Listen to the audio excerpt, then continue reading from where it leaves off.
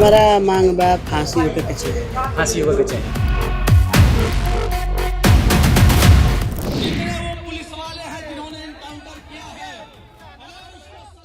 Bharat Tiwari encounter case में चौंकाने वाला खुलासा हुआ है। पुलिस के दावे से इतर परिवार का दावा सही पाया गया। भरत की पोस्टमार्टम रिपोर्ट में सामने आया है कि उन्हें 3 नहीं बल्कि 5 गोलियां मारी गई थी, जिसमें से चौथी गोली दाहिनी जांघ में बाहरी हिस्से से अंदर की ओर गई थी। इसके अलावा 5वीं गोली बाएं पैर के मध्य भाग से पीछे की तरफ लगी थी। नमस्कार, मैं हूं आकांक्षा और आप देख रहे हैं न्यूज़ 18 का डिजिटल प्लेटफॉर्म। चर्चित भरत तिवारी एनकाउंटर मामले में बड़ा खुलासा हुआ है। पोस्टमार्टम रिपोर्ट में ये पुष्टि हुई है कि भरत तिवारी को 1 या 2 नहीं बल्कि 5 गोलियां लगी थी। रिपोर्ट के मुताबिक पहली गोली बाएं जांघ के ऊपरी हिस्से में सामने की ओर लगी थी। दूसरी गोली भी बाएं जांघ के मध्य भाग के भीतर की तरफ लगी पाई गई। वहीं तीसरी गोली दाहिनी जांघ के बीच वाले हिस्से में भीतर लगी थी।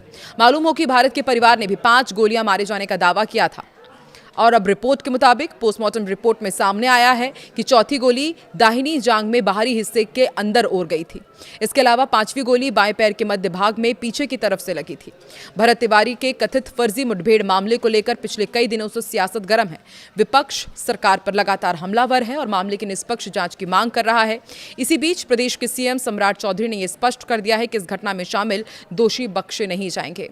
भोजपुर की घटना को सरकार ने गंभीरता से लिया। न्याय सुनिश्चित करने के लिए तत्काल न्यायिक आयोग के गठन का फैसला किया गया।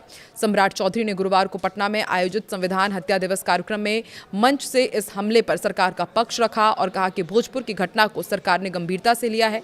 न्याय सुनिश्चित करने के लिए तत्काल हमने न्यायिक आयोग के गठन का फैसला किया। उन्होंने साफ किया कि यदि कोई दोषी पाया गया तो उसके खिलाफ कार्रवाई तय है। कार्यक्रम को संबोधित करते हुए सम्राट चौधरी ने कहा था कि जब भी कोई गंभीर समस्या सामने आती है तो सरकार तत्परता से उस पर संज्ञान लेती है। हाल ही में भोजपुर में हुई घटना पर त्वरित कार्रवाई करते हुए बिहार सरकार ने एक उच्च स्तरीय न्यायिक आयोग का गठन किया। सरकार का उद्देश्य न्याय सुनिश्चित करना है और जो भी दोषी पाया जाएगा उस पर सख्त कार्रवाई की जाएगी। उन्होंने आगे ये भी कहा कि यदि 30 दिन के अंदर आवेदन पर आदेश जारी नहीं होता है तो 31वें दिन संबंधित अधिकारी को सीधे निलंबित करने का आदेश मुख्यमंत्री कार्यालय से जारी किया जाएगा। उन्होंने कहा कि सरकार की प्राथमिकता है कि लोगों को समय पर न्याय मिले और प्रशासनिक राहत मिले। भरत तिवारी भोजपुर के बिलौटी गांव के रहने वाले थे। दावा है कि वो सोशल मीडिया पर नदी कटाव, भ्रष्टाचार और स्थानीय मुद्दों पर आवाज उठा रहे थे। 17 जून को पुलिस एनकाउंटर में उनकी मौत हो गई थी। पुलिस का दावा था कि वो हथियारबंद थे और फायरिंग के दौरान मारे गए, जबकि परिवार और गांव वालों का आरोप है कि उन्होंने सरेंडर किया था, फिर उससे गोली मार दी गई। फेसबुक लाइव वीडियो में भी ये दिखने का दावा किया गया। इसके बाद परिवार की शिकायत पर शाहपुर थाने में पुलिस अधिकारियों के खिलाफ हत्या का मुकदमा दर्ज किया गया। एफआईआर में परिवार के नाम अब हटा दिए गए हैं। एसडीओपी को भी हटाया गया। न्यायिक जांच आयोग रिटायर्ड जज की अगुवाई में चल रही है। सीएम सम्राट चौधरी ने जांच का आश्वासन दिया और महापंचायत भी हुई थी। भोजपुर जिले के शाहपुर थाना क्षेत्र के बिलौटी गांव में पुलिस मुठभेड़ में मारे गए भरत तिवारी के मामले में इतने दिन बीत जाने के बाद भी परिजनों का गुस्सा कम नहीं हुआ है। उनका आरोप है कि अब तक उन्हें न्याय नहीं मिला है। मामले में शामिल पुलिसकर्मियों के खिलाफ कोई ठोस कार्रवाई नहीं की गई है। परिजन लगातार दोषी पुलिसकर्मियों को फांसी देने और पूरे मामले की सीबीआई जांच कराने की मांग कर रहे हैं। मृतक के भाई चंदन तिवारी ने बताया कि घटना के कई दिन बीत जाने के बावजूद जांच किसी ठोस नतीजे तक नहीं पहुंची है। उनका आरोप है कि प्रशासन की ओर से परिवार पर केस वापस लेने का दबाव बनाया जा रहा है, उन्हें धमकाया भी जा रहा है।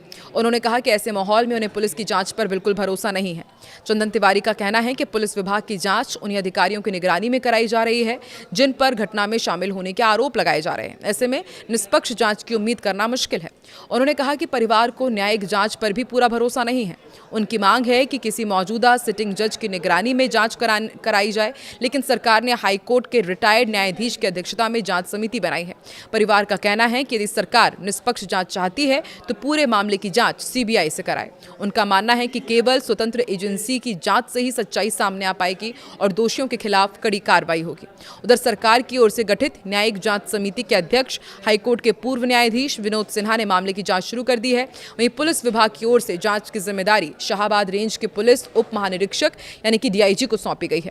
हालांकि भरत तिवारी के परिजन और गांव के कई लोग इन दोनों ही जांच प्रक्रियाओं पर सवाल उठा रहे हैं।